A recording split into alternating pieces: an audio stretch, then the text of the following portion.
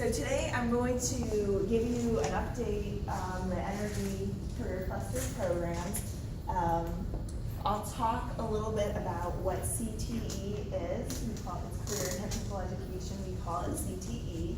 For those of you who are new to it, and talk about the energy curriculum frameworks that we have and the programs that are up for review.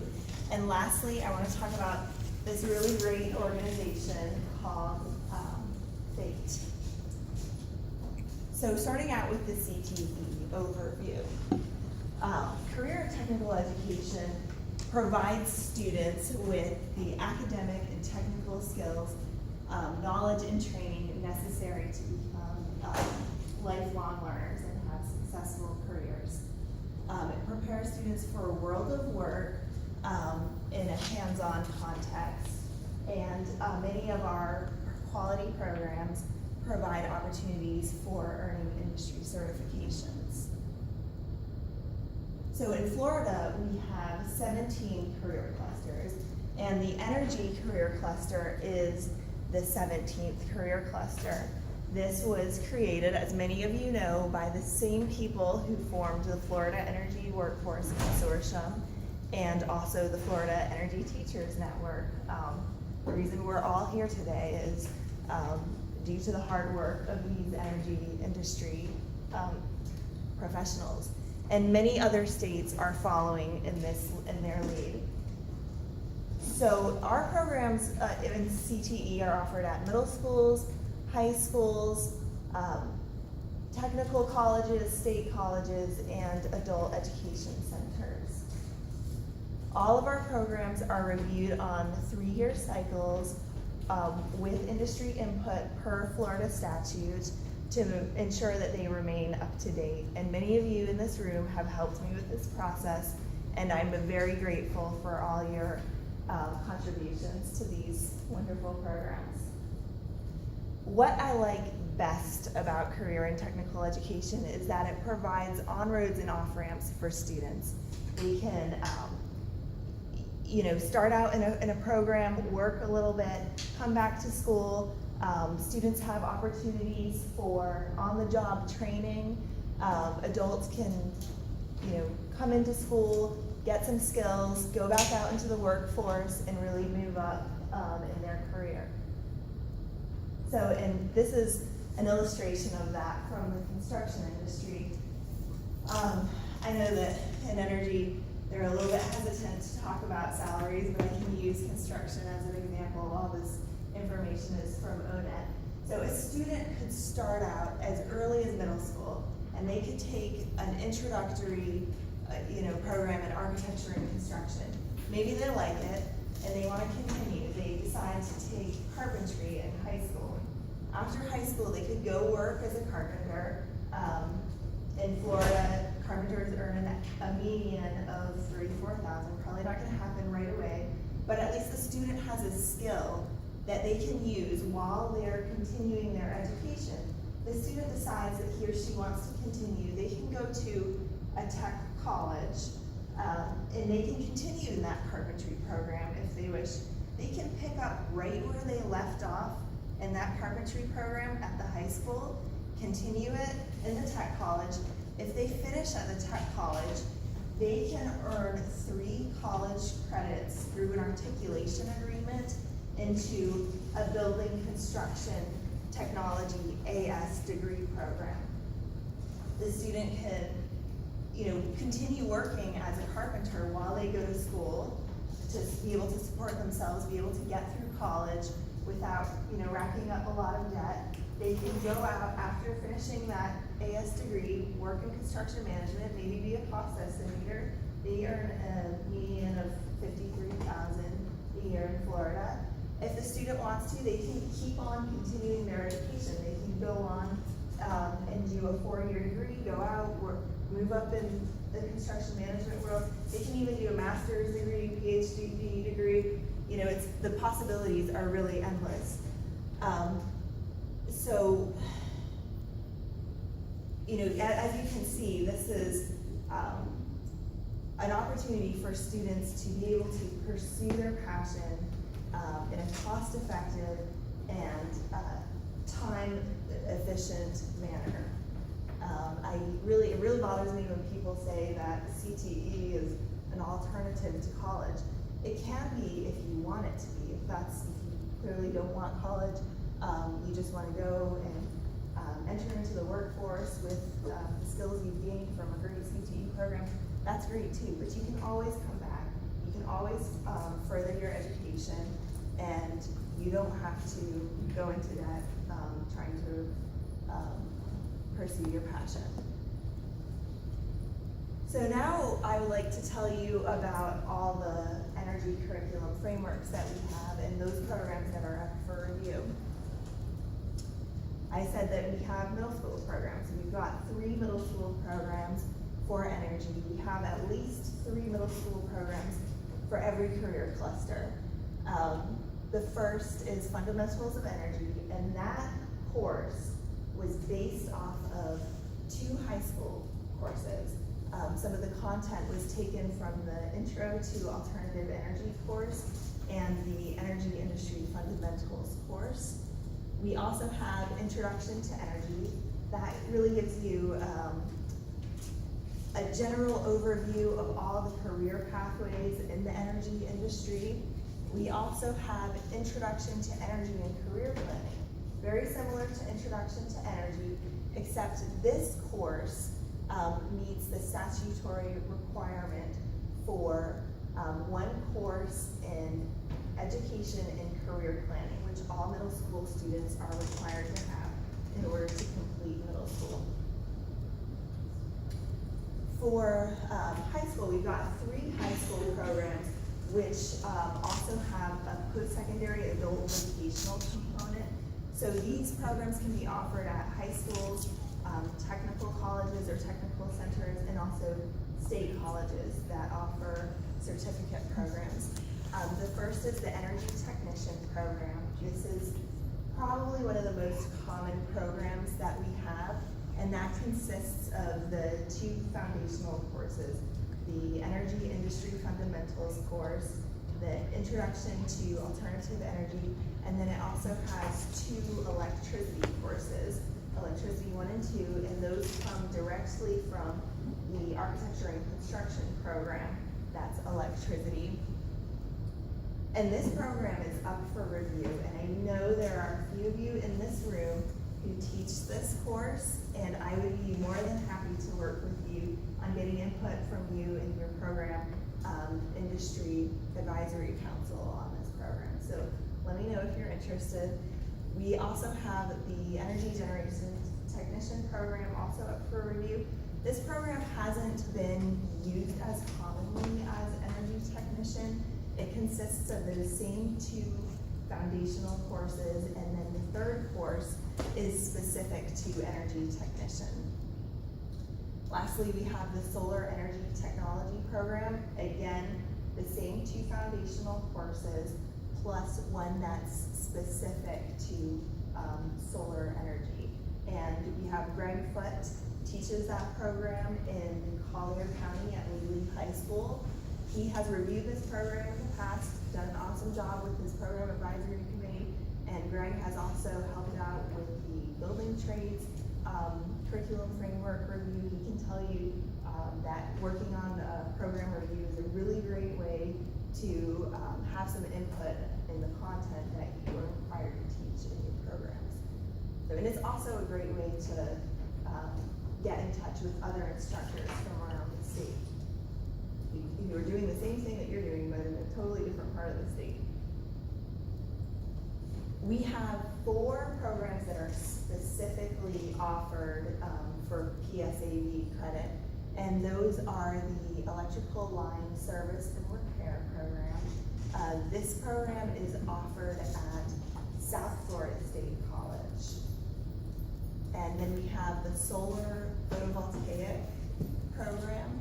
That's offered at Irwin Technical College and Okaloosa Technical College. Those are currently being reviewed, the solar PV program. The solar thermal program, also up for review, is not as commonly used as solar PV, and there's some talk by the reviewers of taking some of those solar thermal competencies and including them with the solar PV program. Excuse me, what is PSAV? Oh, PSAV is post-secondary adult vocational. So that would be like a certificate bearing program, and those kind of programs are offered at technical colleges and technical centers. What part of Florida are you from? Gainesville? Gainesville, I don't know, you were gonna say that, I can't think of any in Gainesville. In Tallahassee, we have Riley Technical Center, in Tampa, we have Irwin Technical Center, Orange, we have, Orange Technical College now, we have Mid Florida Tech, Westside Tech, and, those are not degree programs, but certificate programs. And then also a lot of colleges offer them, so Santa Fe College, I know they also offer some PSAV level programs. A lot of colleges, where there are no technical colleges, will oftentimes offer, certificate programs. I know Palm Beach State College offers a lot of these too. And lastly, we have the turbine generator program. There's only one school in the entire state that offers this program. It's Fort Myers Institute of Technology, taught by Mr. Eric Ziefer. He just helped me with the review along with his predecessor, Jeff Oheim, and they did a great job getting together with their industry, gave some really valuable feedback to the program, and it is ready to go. Any of these changes that are made this year in 2016, they actually go into effect for the 2017-18 school year. So we always work a year in advance to get these reviews ready. We have a couple of college degree programs that include the Electrical Distribution Technology program. This is an Associate of Applied Science, and it's offered at Polk State College and Lake Sumter State College. This program has 2 college credit certificates under it, and Lake Sumter is taking the lead this year with their program advisory committee in revising these 2 college credit certificates. What I hear is they're most likely going to combine those down into 1 college credit certificate for this program. And lastly, we have the Electrical Power Technology program. It has 1 college credit certificate, the Alternative Energy Engineering Technology certificate. And this program is offered at Miami-Dade College, Palm Beach State College, and Indian River State College. Excuse me, are these just 1 class programs? Oh, these are college degree programs. Degree programs. 2-year degree So programs. they can get 2-year degree. They can get a 2-year degree in the electrical distribution technology, or they can get a 2-year degree in electrical power technology, and then I've listed the college credit certificates under them. So electrical distribution technology, advanced and basic are college credit certificates. Those kind of similar to, they can get college credit for those, but it's not the entire degree program. So sometimes a student will come in and they don't have the time or the money or the patience to do the whole 2-year degree program. They just want to retrain, gain some skills, go back out and work. A lot of times it's something that they've worked out with their employer where they just want to come in and brush up on some skills and gain some new skills, and so they'll do a college credit certificate. Yes, sir? Which one of the schools were at Sumter? At Sumter, the Electrical Distribution Technology Applied, Associate of Applied Science degree. And that's with the one with they train relay tech? Yeah, Okay. yeah. Any other questions? And this map shows where all of the programs in the Energy Career Cluster are located as of the 2014-15 school year. So based on any enrollment that I know of from that year, I've indicated these programs on the map. So we've got middle school courses. Oh, yeah. Middle school courses indicated by the triangles. You see we've got middle school program in Polk. I believe that's Misty's course. No, your former course. Who's the teacher there now? Michelle. Okay. And you see Polk also has a high school program. It's shaded in yellow. That's Misty's program. And then they have some post-secondary adult vocational programs at their tech colleges. I believe it's Travis Career Center. And they also have Ridge Career Center that offers some programs. And then state colleges, you see Polk State College has that electrical distribution technology program. I'm hoping that someday we'll have, this map will be shaded in a lot more, covered in triangles and stars and shaded and hatched. We're still a very new career cluster. The whole energy idea is very new to districts and colleges. This map can be used to just provide a visual for you to see, okay, is your program on here, first of all, if you're teaching a program.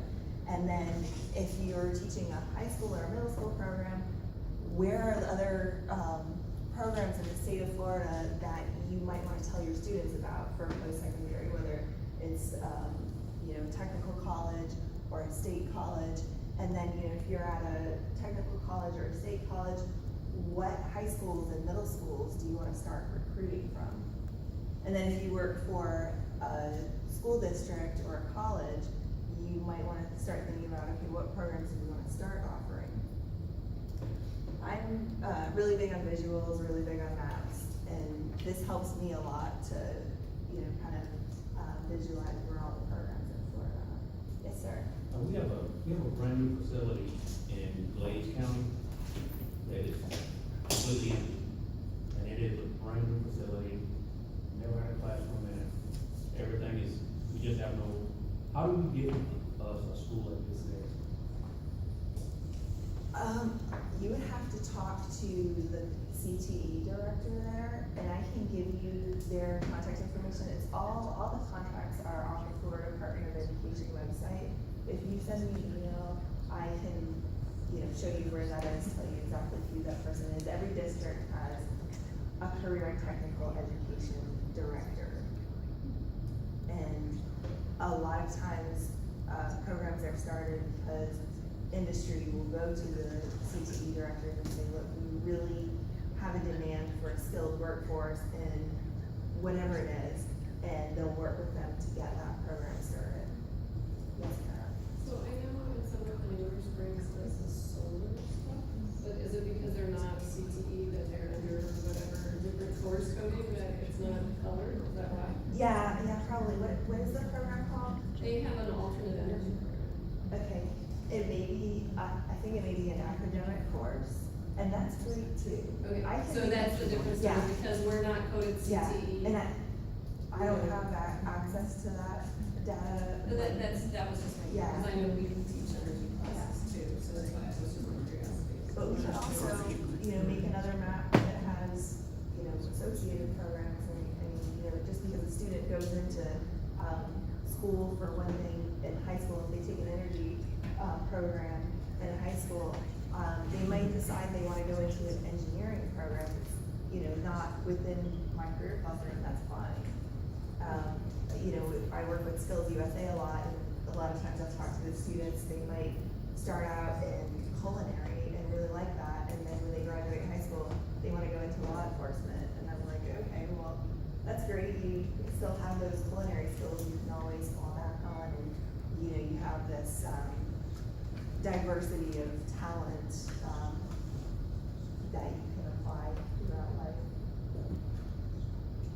Questions on the programs? Okay, so lastly, I want to talk about the Florida Association for Industrial and Technical Educators. I've passed around some brochures for you.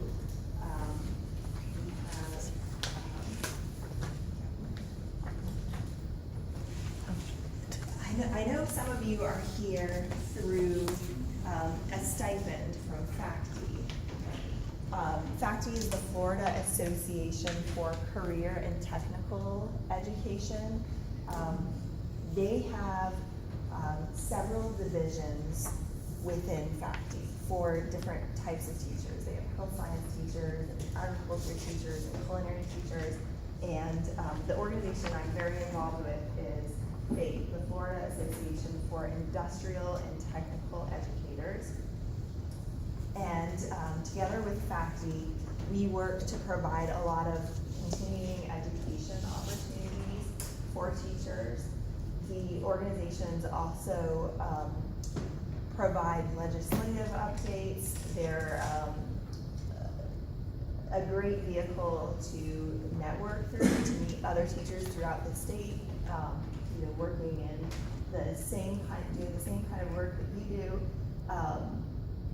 This year at the FACTI conference, which is July 25th through 27th, we are having a pre-conference, and we will be touring the Disney Industrial Complex. It's like a behind-the-scenes tour of Disney. Then we will be going to Orange Technical College. They've got this new renovated facility. They have some kind of simulation launch site that my colleagues over there keep talking about. So we'll get to check that out, and then we will be touring the Lockheed Martin facility. All of that is only $25. It's a great deal. You don't have to go to the rest of the conference if you just want to go to the pre-conference, but I highly recommend the rest of the conference. The FATE group, working along with FLATE, the Florida Advanced Technology Education Center. They're based out of Hillsborough Community College.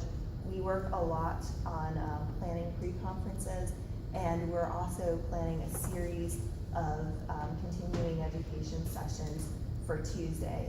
And those will include a couple of industry panel sessions, and Betsy Livingston has agreed to be on one of those panels representing the energy industry this year. We will have a lot of representation from energy, manufacturing, and construction in these panel sessions. So I highly recommend checking it out. You can go to the FACTI.org website to find out about the conference and the pre-conferences. And do you have any questions? Got one question, or several, but I'm just gonna ask this one. How do y'all decide what cluster appropriately in? Well, I think a lot of it probably originates at the national level through, we have like a national organization, and so some of that is just, I guess it's always been there.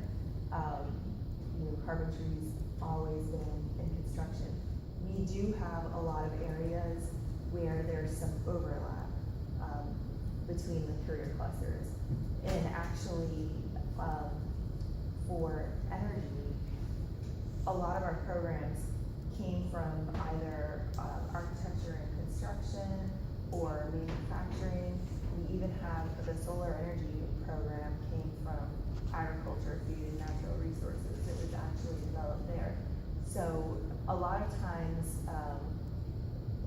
we'll see programs that will come up that I know are energy programs, and they'll come up, under different areas of, manufacturing or architecture and construction. And, we kind of move those over. But they're still showing up in certain places though, It's what? as such. They're still showing up in certain places though. Like the energy program still shows up under architecture Where is that? Like at your school? on the paid funding list. Which energy program? we'll talk about that. Okay. Has that? I was asking because of the welding program, Yeah, and I've been teaching 20+ years. I don't have 5 people working in manufacturing. Everybody's either in construction. Most of those are in some type of energy construction, you know, but yet we're in manufacturing. I'm glad you brought up welding, because that's one of the most, common differences. At Skills USA, they'll say welding is in architecture and construction. And maybe in a lot of other states, they may say that, you know, that under architecture and construction, it's under manufacturing in Florida. It's not really that big of a deal, because I work very closely with my coworker, Ted Norman, who's the manufacturing state supervisor. And, you know, I mean, I also have programs that sound like, I mean, power and energy technology is a program that falls under, engineering and technology education, that career cluster. So, I mean, there's a lot of overlap, between a lot of our programs. We have an interior design program that's under arts and AV, not under architecture and construction. But, you know, they're still reviewed by, educators with their program advisory committees. So I don't worry too much about, you know, where that program falls, if it falls under one career cluster or the other. It's just what's best for the students, what's best for the school, what's best for industry. Just if you have any say-so on anything, like on the TABE scores and stuff, y'all need to address the way that's implemented. The way to, well. Well, and schools- by that, I'm talking about, you know, we're not allowed to, like if a student has low TABE scores, we can't require them to go to remediation or anything. But yet, we're supposed to teach them at the same pace and teach everybody else. And, I mean, we get somebody in there that reads, and does math on the 5th grade level, you know, I mean, we can't teach them, you know, and, I mean, we can't get through the textbooks. Yeah. And much less the skills part of it. But, you know, about 4 years ago, we were able to send them to remediation. They'd come to Weldon 3 days a week and go to remediation 2 days a week, and they would bring their scores up, and you could see the change in their performance in the class. We can't do that anymore.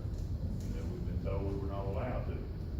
And we can't even use the TABE for, you know, a precursor or put them in the program anymore. Yeah, you can't deny a person entry into a program just based on their TABE score. I have a colleague who, specializes in TABE, and I can get you her contact information. She's a great resource. Other questions? Do you include university certificate programs into your listing or not? Universities. Well, for example, if you're going to Florida, we have energy certificate program. And so how do people of Florida know that there is a certificate program and what, for example? What is the name of the certification? It is an online program and there is no type of energy certificate program that there is support, major courses that students can take online. I can send information to you. That would be great if you could send the information. There is a process that you can add industry certifications to, different lists that are managed either by the Department of Education or the Department of Economic Opportunity. And I believe the deadline for this year has just passed on one of those, the Cape Industry Certification Funding list. That's a really, hot topic with a lot of colleges and districts now, because we get bonus funding for those industry certifications, that are achieved. And so, people will nominate industry certifications to be on that list, and they go through, a very rigorous vetting process. They look at, you know, how many hours of instructional time the industry certification takes, if it's called a certificate, if it's a certification, and many other things. I luckily do not have any part in that, but that is a really great question. I'm really interested in hearing about the industry certification. Questions?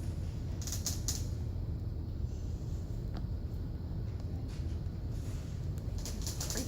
Thank you, Kathryn.